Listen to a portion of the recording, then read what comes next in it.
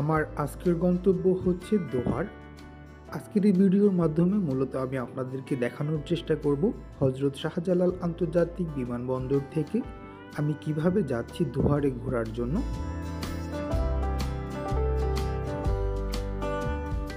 আপনারা হয়তো অনেকেই জানেন আমাদের ঢাকা জেলায় সর্বমোট 5টি উপজেলা রয়েছে, তার মধ্যে অন্যতম একটি উপজেলা হচ্ছে দোহার উপজেলা। আমার এখনকার গন্তব্য হচ্ছে দোহারের মৈনট ঘাটে ঘুরতে যাওয়া। আমি উত্তরা থেকে বিশেষ করে আমাদের হজরত শাহজালাল আন্তর্জাতিক বিমানবন্দরের সামনে থেকে একটি বাসে উঠলাম, আর এই বাসটি যাবে হচ্ছে ফার্মগেট। মূলত আপনারা VIP 27 কিংবা বিকাশ এয়ারপোর্ট পরিবহন এই বাসগুলোতে করে খুব সহজেই ফার্মগেট চলে আসতে পারেন। যদি আমি লোকাল বাসে করে যেতাম তাহলে আমার অনেক সময় লাগতো, আর আমি সময় সেভ করার জন্য এলিভেটেড এক্সপ্রেসওয়ের উপর দিয়ে মাত্র 20 মিনিটের মধ্যেই চলে আসলাম ফার্মগেট। ফার্মগেট থেকে এখন আমি মেট্রোর টিকিট কাটলাম, আর মেট্রো দিয়ে আমরা যাব হচ্ছে সচিবালয়।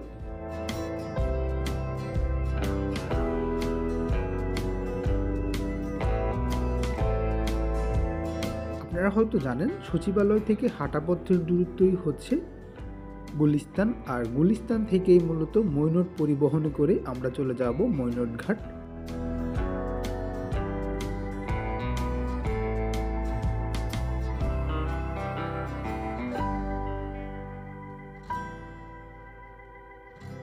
ফার্মগেট থেকে 10 মিনিটেরও কম সময়ের মধ্যে আমি এই মুহূর্তে এসে পৌঁছে গেলাম সচিবালয়। মূলত এই জায়গাটার নাম হচ্ছে পুরানা পল্টন। এখান থেকে গুলিস্তান একেবারেই হাঁটা পথের দূরত্ব, কিন্তু আপনারা চাইলে রিক্সা কিংবা বাসে করে যেতে পারেন। এখান থেকে গুলিস্তানে যায় হচ্ছে ভিক্টর ক্লাসিক, আজমেরি, গ্লোরি সহ আরও বেশ কয়েকটি বাস। দেখেই হয়তো বুঝতে পারছেন আমি এই মুহূর্তে চলে এসেছি গোলাপশাহ মাজারের ঠিক সামনে। এখান থেকেই এখন আমরা বাসে উঠব। আজকে আমি যেই বাসটাতে করে যাচ্ছি এই বাসটার নাম হচ্ছে মৈনট পরিবহন। মৈনট পরিবহনে করে আপনারা সরাসরি দোহারের মৈনট ঘাটে গিয়ে নামতে পারবেন।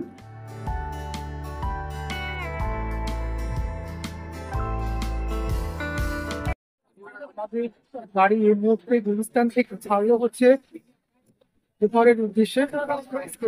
হচ্ছে মৈনট ঘাট।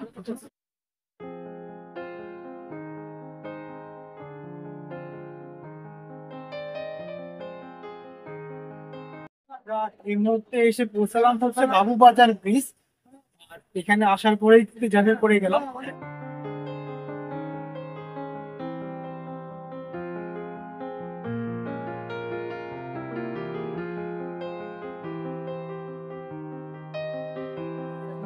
এই মুহূর্তে চলে আসছে হচ্ছে কদমতলীতে।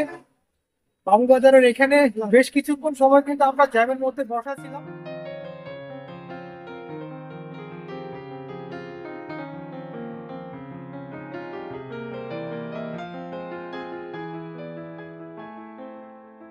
অবশেষে আমি এসে পৌঁছে গেলাম হচ্ছে মৈনট ঘাট। আমরা মূলত আজকের এই ভিডিওর মাধ্যমে আপনাদেরকে দেখানোর চেষ্টা করছিলাম যে ঢাকার গুলিস্তান থেকে আমি কিভাবে আসি হচ্ছে মৈনট ঘাটে।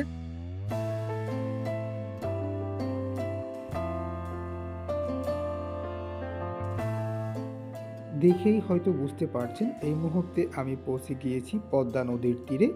আপনাদেরকে বলাই হয়নি, দোহার হচ্ছে পদ্মা নদীর তীরে অবস্থিত একটি উপজেলা। আর ঢাকার গুলিস্তান থেকে এই পর্যন্ত পৌঁছাতে আমাদের সময় লেগেছিল প্রায় 1 থেকে 1.5 ঘন্টার মতো। এখান থেকে এখন যাব হচ্ছে ফরিদপুরের চর ভদ্রাসন, যাব হচ্ছে লঞ্চ দিয়ে। এখান থেকে লঞ্চ ভাড়া রাখে হচ্ছে 70 টাকা। আপনারা চাইলে স্পিড বোটও যেতে পারেন। স্পিড বোটে ভাড়া পড়বে হচ্ছে 150 টাকা জন প্রতি। তা আমি প্রথমে যাব হচ্ছে লঞ্চ দিয়ে, আর আসার সময় স্পিড বোটে আসবো।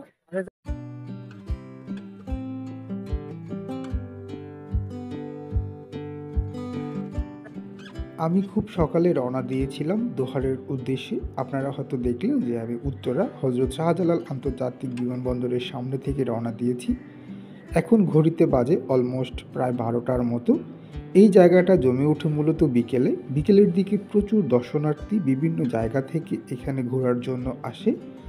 আমি এখানে এসেই জানতে পারলাম পদ্মা নদীর ঠিক অপর পাশেই হচ্ছে ফরিদপুর জেলা। তার জন্য আমি সিদ্ধান্ত নিলাম ফরিদপুর থেকেও গিয়ে একটু ঘুরে আসি। তো আমি এখানে জুস নিলাম খাওয়ার জন্য। এখানে আশেপাশে খাওয়ার জন্য অনেক দোকান রয়েছে। আমি আস্তে আস্তে আপনাদেরকে সবকিছু ঘুরে দেখাবো ইনশাআল্লাহ। বলা চলে আমি এই মুহূর্তে খুবই এক্সাইটেড হবই না কেন। প্রথমবারের মতো আমি লঞ্চ ভ্রমণে যাচ্ছি। যদিও এটি খুবই ছোটোখাটো একটি লঞ্চ বা ওয়াটার বোর্ডের মতোই বলা চলে, তারপরেও আমি প্রথমবারের মতো পদ্মা নদীর উপর দিয়ে ঢাকা থেকে ফরিদপুর যাচ্ছি। এটাই আমাকে অনেক বেশি আনন্দ দিয়েছে। আমি এই মুহূর্তে আপনাদেরকে দেখানোর চেষ্টা করছি আমি কিভাবে যাচ্ছি মৈনট ঘাট থেকে বা ঢাকা থেকে ফরিদপুরে।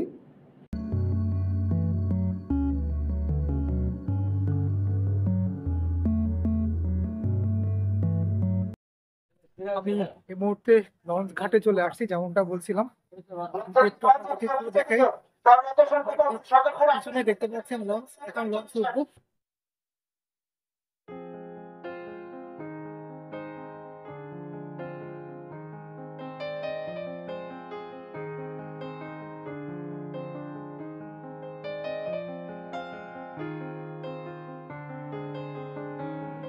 দেখেই হয়তো বুঝতে পারছেন আমাদের লঞ্চটি এই মুহূর্তে মৈনট ঘাট থেকে ফরিদপুরের উদ্দেশ্যে ছেড়ে দিল। এখান থেকে ফরিদপুর পৌঁছাতে আধা ঘন্টারও কম সময় লাগে। তবে যদি আপনি স্পিড বোটে করে যান তাহলে কিন্তু আপনি 10 থেকে 15 মিনিটের মধ্যেই কিন্তু পৌঁছে যাবেন।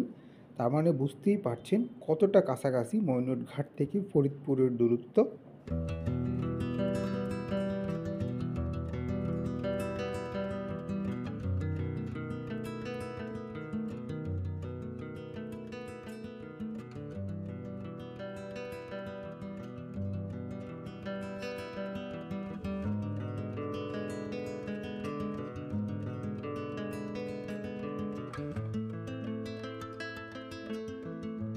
প্রথমবারের মতো পদ্মা নদীর উপর দিয়ে ফরিদপুর যাচ্ছি, ভাবতেই খুব ভালো লাগছে। সত্যি কথা বলতে যেমনটা আগেও বললাম, এর আগে আমার কখনোই লঞ্চে ওঠা হয়নি। এই প্রথমবারের মতোই কিন্তু আমি লঞ্চে উঠলাম। আর প্রথমবারের মতোই আমাদের পদ্মা নদীর উপর দিয়ে যাচ্ছি ফরিদপুর ঘোরার জন্য।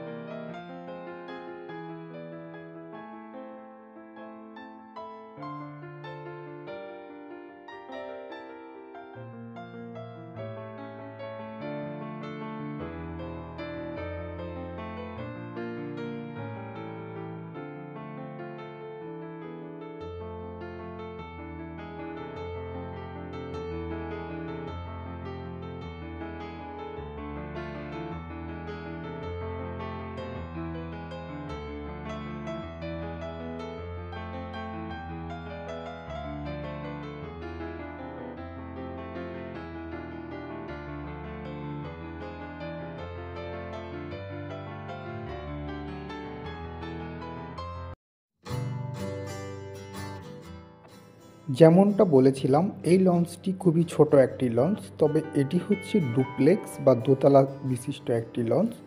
এটার উপরে এবং নিচে যাত্রীদের বসার জন্য খুব সুন্দর ব্যবস্থা রয়েছে। আর এই লঞ্চটি যারা পরিচালনা করেন, বিশেষ করে এখানকার যারা স্টাফ রয়েছেন, তাদের জন্য এই মুহূর্তে রান্নাবান্না করা হচ্ছে। আপনারা হয়তো দেখেই বুঝতে পারছেন এটাই হচ্ছে আমাদের পদ্মা নদীর আসল সৌন্দর্য।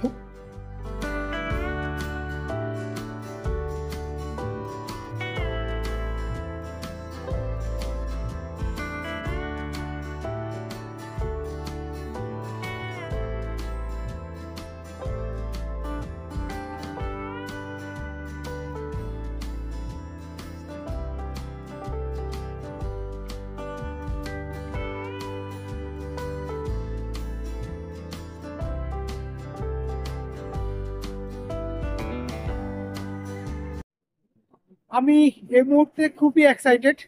কারণ হচ্ছে আমি প্রথমবারের মতো কিন্তু আমাদের পদ্মা নদীর উপর দিয়ে যাচ্ছি, আর যাচ্ছি হচ্ছে ফরিদপুরে। তো পদ্মা নদীর উপর দিয়ে যাওয়ার যে একটা আনন্দ, এটা আসলে ভাষায় প্রকাশ করার মতো না। এই মুহূর্তে আমার কাছে খুবই ভালো লাগছে।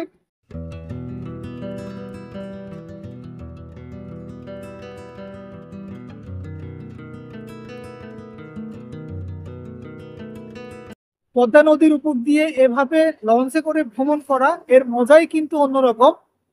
আমরা এই মুহূর্তে কিন্তু পদ্মা নদীর একেবারে বলা চলে মাঝামাঝি অবস্থায় রয়েছি।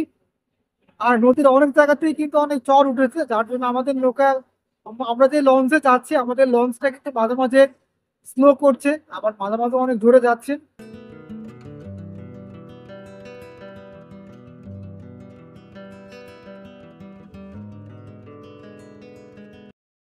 দেখতে দেখতে আমরা অলমোস্ট প্রায় কাছাকাছি চলে আসছি। আর যেটা বলছিলাম যে পদ্মা নদীর উপর দিয়ে আসলে এভাবে লঞ্চে করে যাওয়ার মজাটাই কিন্তু অন্যরকম।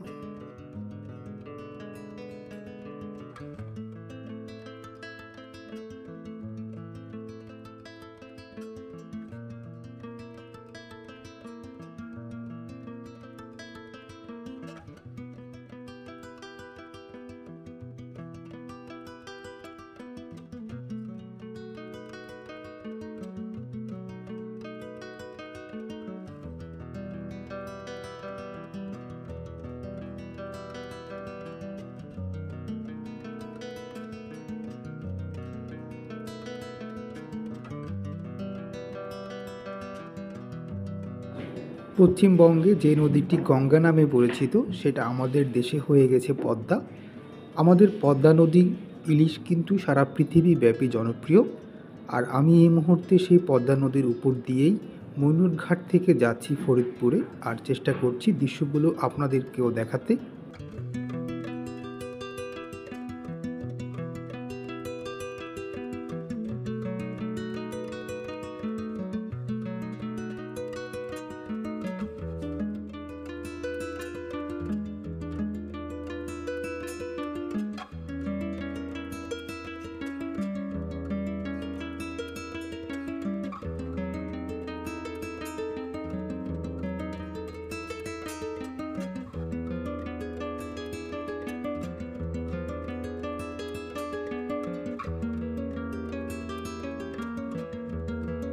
তো অবশেষে আমি এসে পৌঁছে গেলাম হচ্ছে ফরিদপুরের গোপালপুর ঘাট বলে এটাকে, যেটা পড়তে হচ্ছে মূলত চর ভদ্রাশ্বরী উপজেলা।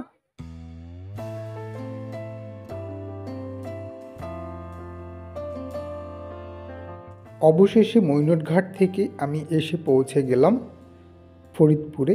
আর ফরিদপুরে এই মুহূর্তে যে জায়গাটাতে অবস্থান করছি এই জায়গাটার নাম হচ্ছে চর ভদ্রাসন উপজেলা, গোপালগঞ্জ ঘাট। এই মুহূর্তে আমি যাচ্ছি হচ্ছে চর ভদ্রাসন বাজারটা ঘুরে দেখার জন্য। আপনারা এখান থেকে চাইলে ফরিদপুর সদরেও চলে যেতে পারেন। যেই অটোগুলো দেখছেন এই অটোগুলোতে করেই 20 টাকা দিয়ে আপনারা এখান থেকে চলে যেতে পারবেন ফরিদপুর সদর। আর আমি এই মুহূর্তে কিছুটা সময় চর ভদ্রাসন বাজার ঘুরে দেখে এই মুহূর্তে আমি আবার রওনা দিলাম হচ্ছে মৈনটঘাটের উদ্দেশ্যে।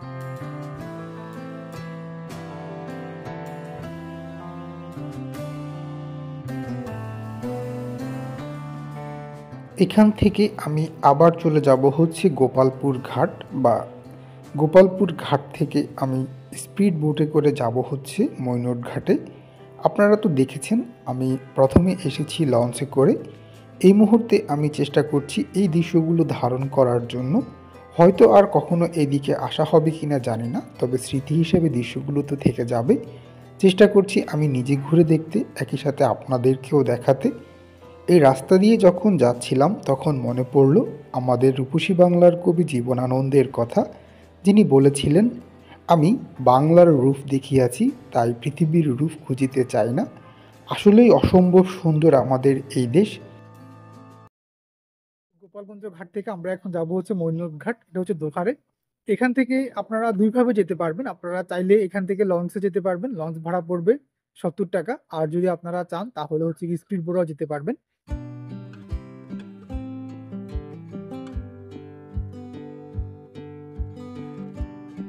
যেমনটা বললাম, আমি এখন যাব হচ্ছে স্পিড বোটে করে, যার জন্য আমি আবার চলে এলাম গোপালপুর ঘাটে। আমি ভাই মাঝখানে বসে উঠে গেলাম হচ্ছে স্পিড বোটে, আর প্রথমবার স্পিড বোটে করে যাচ্ছি, খুবই এক্সাইটেড। স্পিড বোটে করে যেতে আমাদের সর্বোচ্চ সময় লাগবে 10 থেকে 15 মিনিট। পদ্মা নদীর উপর দিয়ে প্রথমবারের মতো স্পিড বোটেও উঠলাম। এখানে আসার পরে আমার অনেক স্মৃতি বা অনেক অভিজ্ঞতা হলো, যেটা প্রথমবারের মতো। এর আগে কখনোই আমি এ ধরনের দৃশ্য কখনো দেখিনি বা উপভোগ করিনি। আমি প্রথমবারের মতো আমাদের পদ্মা নদীর উপর দিয়ে যেমন লঞ্চে করে এলাম, একইভাবে এখন স্পিড বোটে করে আবার যাচ্ছি। আমরা এই মুহূর্তে যাচ্ছি হচ্ছে মৈনট ঘাট, যেটা দোহার উপজেলার দর্শনীয় স্থানগুলোর মধ্যে অন্যতম একটি দর্শনীয় স্থান। আপনারা যদি কখনো সময় পান তাহলে আপনারা মৈনট ঘাটে এসে ঘুরে যেতে পারেন। প্রত্যেক দিন সকালে মৈনট ঘাটে কিন্তু মাছের বাজার বসে, আর বিকেলে কিন্তু এটি একটি বিনোদন কেন্দ্রের রূপ নেয়। বিভিন্ন জায়গা থেকে অনেক মানুষ ঘুরতে আসে এই মৈনট ঘাটে।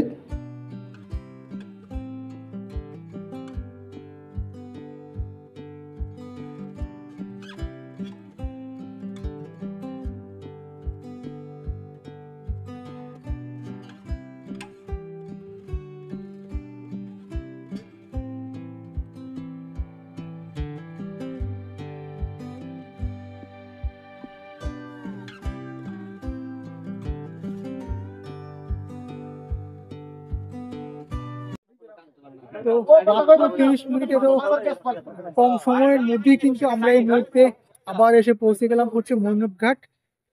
আমি এই ভিডিওর মাধ্যমে মূলত আপনাদেরকে দেখানোর চেষ্টা করতেছিলাম যে আহ, ফরিদপুর থেকে আমি কিভাবে আসি হচ্ছে মৈনট ঘাটে।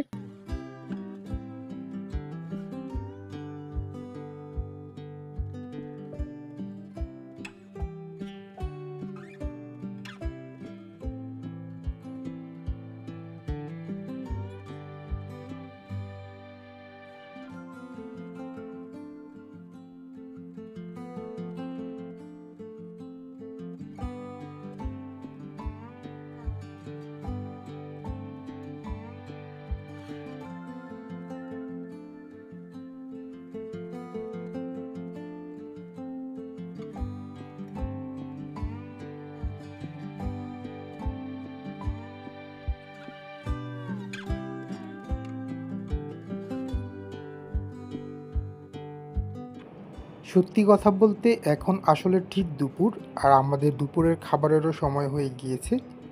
এখানে আসলে বেশ কয়েকটি হোটেল রয়েছে খাবার খাওয়ার জন্য। আমি আসলে দেখতেছি এই মুহূর্তে যে হোটেলগুলোতে কী ধরনের খাবার রয়েছে।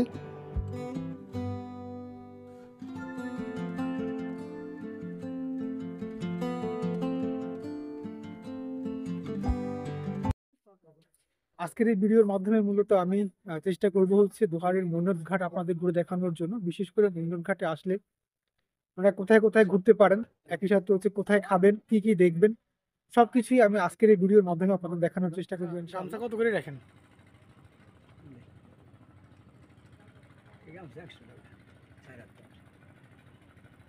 কম রাখবেন না? 120 টাকা 10 টাকা বেশি কমের রেটে হয়ে গেছে। টাকা আমার 90 টাকা আমার কিনা বান্দিরা থেকে আনিছি 4 গ্রাম। কোন জায়গা থেকে আনেন? বান্দিরা থেকে ওখানে বানায়? বিভিন্ন জায়গায় থেকে আনে। আমি অল্প কিছু মাল আনি, বুঝুন নাই, আমাদের টাকা 90 টাকা আমি আনি, 110 120 বেশি, না হলে 120 দিই নাহলে।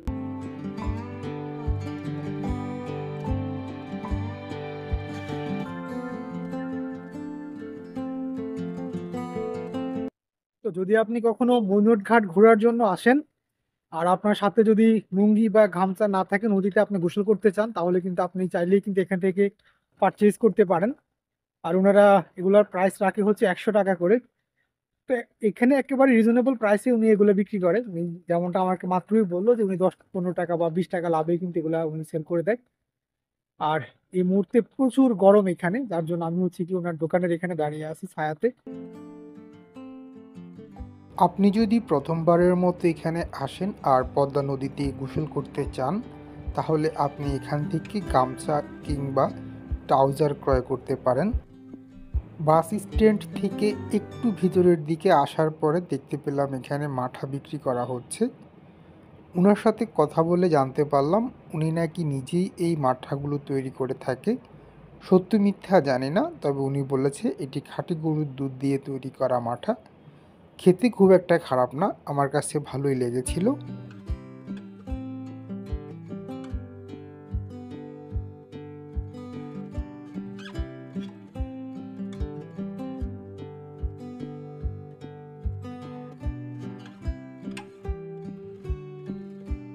যেমনটা আগেও বললাম, এখানে কিন্তু দুপুরের খাবার খাওয়ার জন্য বেশ কিছু হোটেল রয়েছে।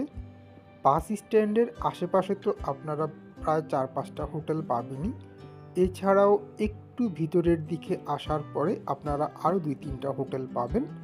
এমনই একটি হোটেলে আমি এই মুহূর্তে প্রবেশ করলাম আর সিদ্ধান্ত নিলাম আজকের দুপুরের খাবারটা আমি এখান থেকেই খাবো। মোটামুটি এই হোটেলের পরিবেশটাও আমার কাছে ভালো লেগেছে।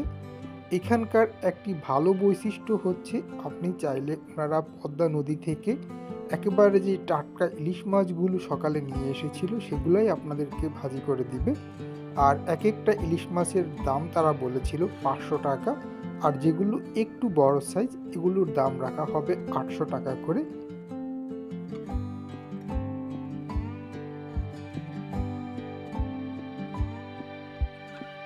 এখন যেহেতু আসলে আমাদের লাঞ্চের সময় হয়ে গেল, আমি সিদ্ধান্ত করে নিলাম যে আজকে মইনুর ঘাটে দুপুরের খাবারটা খাবো। আর এখানে দুপুরের খাবারের জন্য আমাদেরকে দেওয়া, আমি নিলাম হচ্ছে কি ইলিশ মাছ, তারপর হচ্ছে মুরগি, আর হচ্ছে গিয়ে 4 প্রকারের ভর্তা, একই সাথে হচ্ছে ডাল আর হচ্ছে সাদা ভাত। সেটা পুরোটা ছিল একটা প্যাকেজ, আর এই প্যাকেজের দাম রাখা হচ্ছে কিন্তু 200 টাকা। যাই হোক, আমি এখান থেকে দুপুরের খাবার খাওয়া শেষ করে আমি আবার চলে এলাম পদ্মা পাড়ে। আর এখানে এসে আমি আর একটু ঘুরে দেখছি আর চেষ্টা করছি আপনাদেরকেও ঘুরে দেখাতে।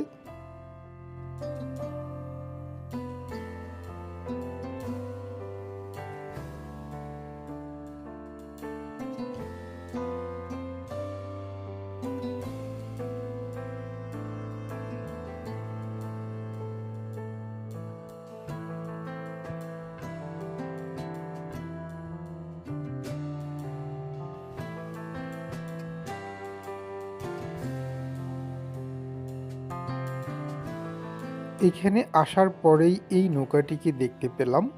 এই নৌকাটি উত্তাল পদ্মা নদীতে যাবে ইলিশ মাছ শিকার করার জন্য।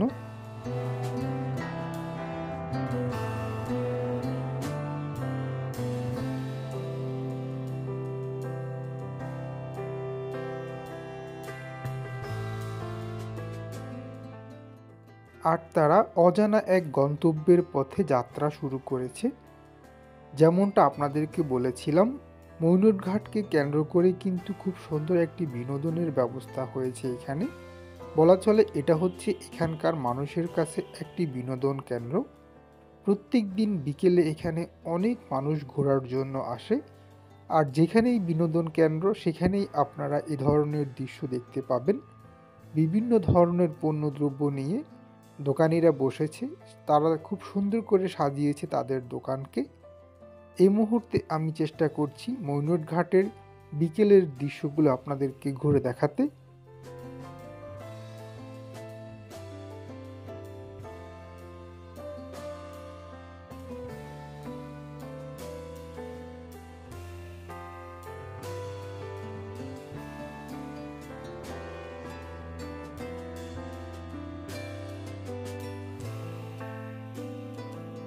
প্রকৃতিকে যদি আপনি খুব কাছ থেকে উপভোগ করতে চান তাহলে মাত্র 1 থেকে 1.5 ঘন্টা সময় নিয়ে আপনি ঘুরে আসতে পারেন ঢাকা থেকে দোহারের মইনুর ঘাটে। আমি যেমনটা আপনাদেরকে বললাম, আমাদের ঢাকা জেলায় সর্বমোট 5টা উপজেলা রয়েছে, তার মধ্যে অন্যতম একটি উপজেলা হচ্ছে দোহার উপজেলা। এটি ঢাকা জেলারই অন্তর্ভুক্ত। আর দোহারের মধ্যে যে কয়েকটি দর্শনীয় স্থান রয়েছে বা ঐতিহাসিক স্থান রয়েছে তার মধ্যে অন্যতম একটি দর্শনীয় স্থান হচ্ছে মইনুর ঘাট। এছাড়াও এখানে রয়েছে মেগুলা ঘাট সহ আরও বেশ কয়েকটি ঘাট। তবে প্রত্যেক দিন বিকেলে মইনুর ঘাটে মানুষের মিলন মেলা বসে। অনেক দূর দূরান্ত থেকে, বিশেষ করে মানিকগঞ্জ, মুন্সিগঞ্জ কিংবা নবাবপুর উপজেলা থেকে এছাড়াও দোহার শহর ঢাকা থেকেও অনেক মানুষ কিন্তু প্রত্যেক দিন বিকেলে ঘুরতে আসে দোহারের মৈনট ঘাটে। আমি আপনাদেরকে আজকের এই ভিডিওতে মূলত দেখানোর চেষ্টা করছিলাম যে আমি কিভাবে ঢাকা থেকে, বিশেষ করে উত্তরা থেকে আমি গিয়েছি দোহারের মৈনট ঘাটে ঘোরার জন্য। এই মুহূর্তে আমি চেষ্টা করছি দোহারের মৈনট ঘাটের দৃশ্যগুলো আপনাদেরকে ঘুরে দেখাতে।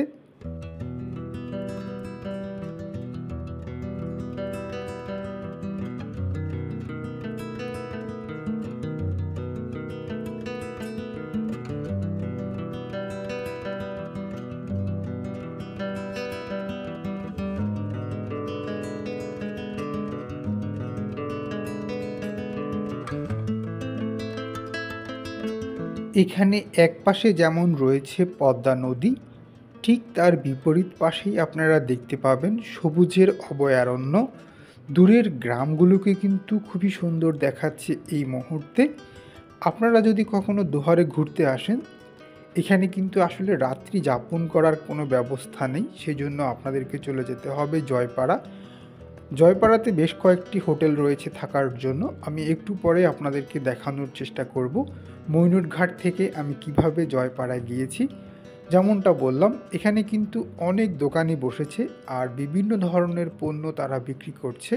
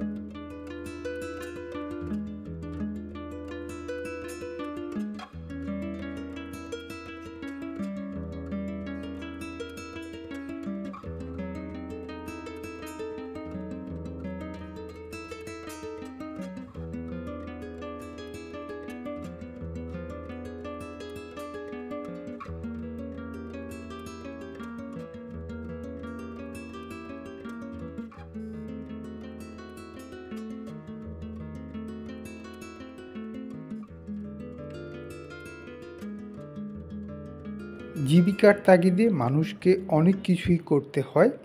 মানুষ বিভিন্ন ধরনের কৌশল আয়ত্ত করে, তারই একটি উদাহরণ ছিল এটি।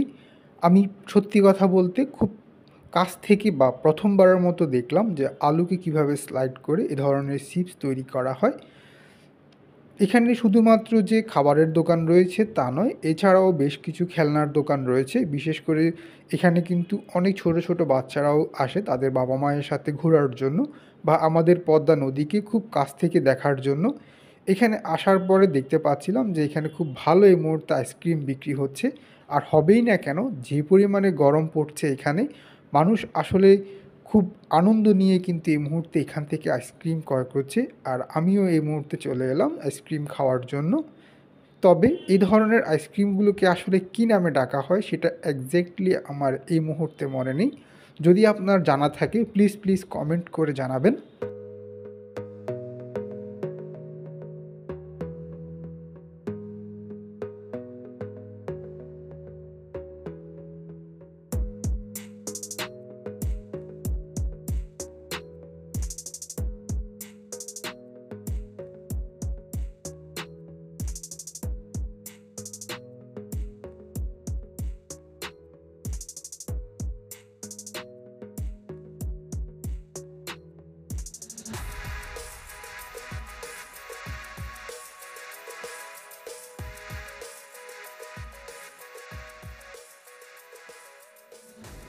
এখানে আসার পর আপনি চাইলে উত্তাল পদ্মার বুকে নৌকা নিয়ে ঘুরতে পারেন। ঘন্টা প্রতি ৩০০ টাকা দিয়ে আপনি এখান থেকে নৌকা ভাড়া করতে পারেন। আবার চাইলে স্পিড বোটে করেও আপনি পদ্মার বুকে ঘুরে বেড়াতে পারেন।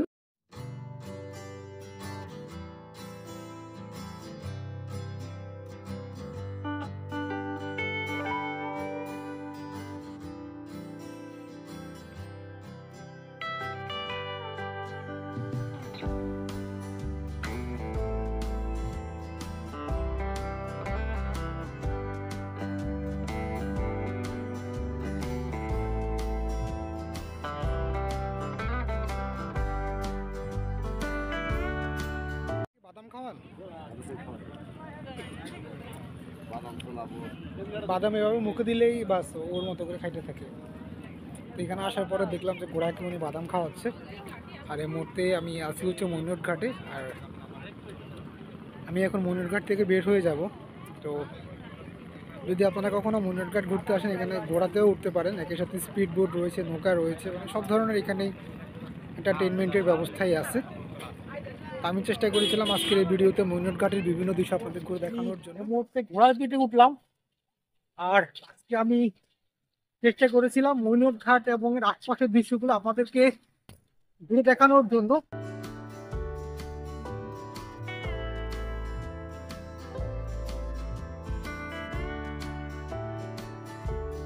আমার এখনকার গন্তব্য হচ্ছে মেঘুলা ঘাট।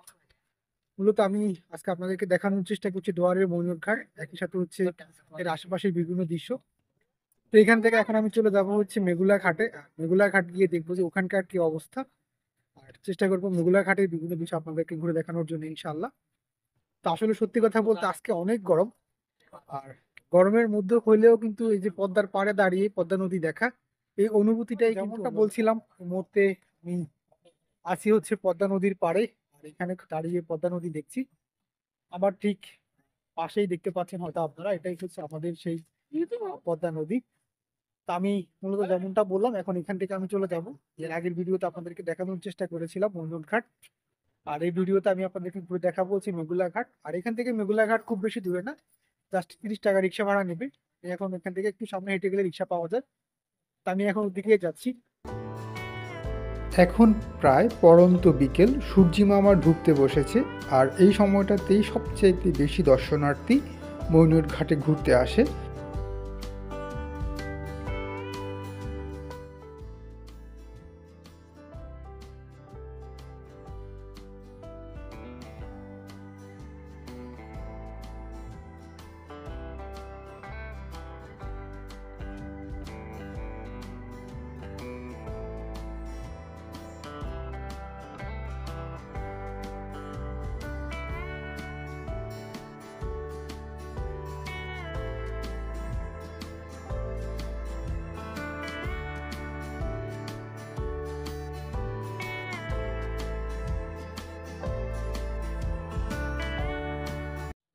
ভাইয়ের নাম কি? আমার নাম রাশিদ মোল্লা। আচ্ছা, আমি হচ্ছে গিয়ে ময়ূর ঘাট থেকে এই দিক দিয়ে যাচ্ছিলাম। তো যাওয়ার পথে দেখতে পেলাম যে এখানে রেডিমেড ঘর তৈরি করা হয়। আপনাদের এই জায়গাটার নাম কি? চরগুসাই। চর চরগুসাই। চর গোসাই বলে জানতে পারলাম যে এই যে রেডিমেড ঘরগুলো, এই ঘরগুলো হচ্ছে গিয়ে ঘোড়ার গাড়িতে করে বেশিরভাগ সময় কিন্তু নিয়ে যাওয়া হয়। এটা কি চারচালা ঘর না? এটা চারচালা ঘর, চারচালা না? হ্যাঁ, চারচালা মানে আপনাদের এখানে বলে চৌচালা। দেখতে দেখতে আমি এই মুহূর্তে এসে পৌঁছে গেলাম জয়পাড়া বাজার। আর এখানে আসার পরে ইচ্ছে হলো কিভাবে লুঙ্গি তৈরি করা হয় সেটা দেখা। আমাদের চালক ভাই বলল যে আশেপাশে এখানে লুঙ্গি তৈরি করার একটি মোকাম বা কারখানা রয়েছে, কিন্তু উনি খুঁজে পাচ্ছে না। ওখানে গিয়ে জানতে পারলাম যে এই মুহূর্তে আসলে যেই কারখানাটি ছিল সেটি বন্ধ হয়ে গিয়েছে। আর এর অন্যতম কারণ হচ্ছে শ্রমিকদের আসলে যে প্রাপ্য মজুরি, সেই মজুরি তারা পায় না, যার জন্য তারা এখন এ ধরনের লুঙ্গি তৈরির কারখানাগুলো দিন দিন কিন্তু বন্ধ হয়ে যাচ্ছে, বা নেই বললেই চলে, অলমোস্ট প্রায় বিলুপ্তির পথে। যাই হোক, আমি এই মুহূর্তে চেষ্টা করছি জয়পাড়া বাজারের কিছু দৃশ্য আপনাদের ঘুরে দেখানোর জন্য। এখানে একটি মাছ বাজার ছিল, আর জানতে পারলাম যে এখানে নাকি পদ্মার একেবারে টাটকা ইলিশ মাছ বিক্রি করা হয়। তো বাজারে গিয়ে জানলাম যে এটা সকালে বিক্রি করা হয়।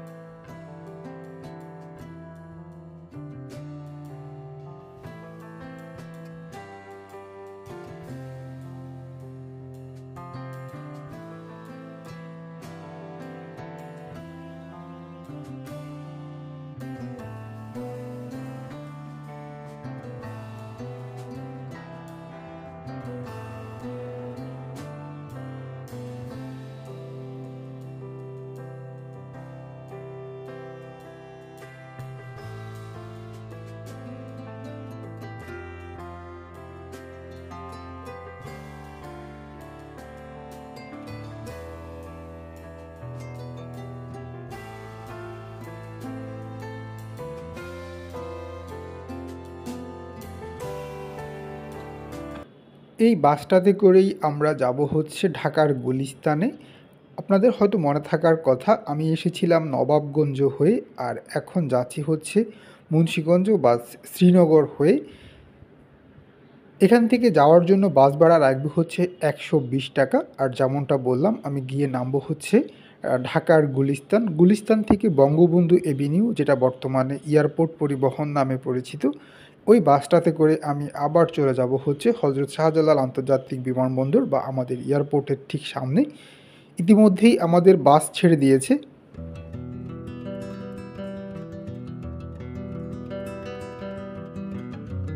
এটিই ছিল এই রোডের সর্বশেষ বাস। এরপরে আর কোনো বাস এখান থেকে ছাড়বে না। এরপরে যারা ঢাকার উদ্দেশ্যে যেতে যায় তাদেরকে সিএনজি রিজার্ভ করে যেতে হবে, অথবা বেশ কয়েকবার সিএনজি পরিবর্তন করে করে তাদেরকে ঢাকায় যেতে হবে। এটা বলা চলে এখানকার একটি সমস্যা।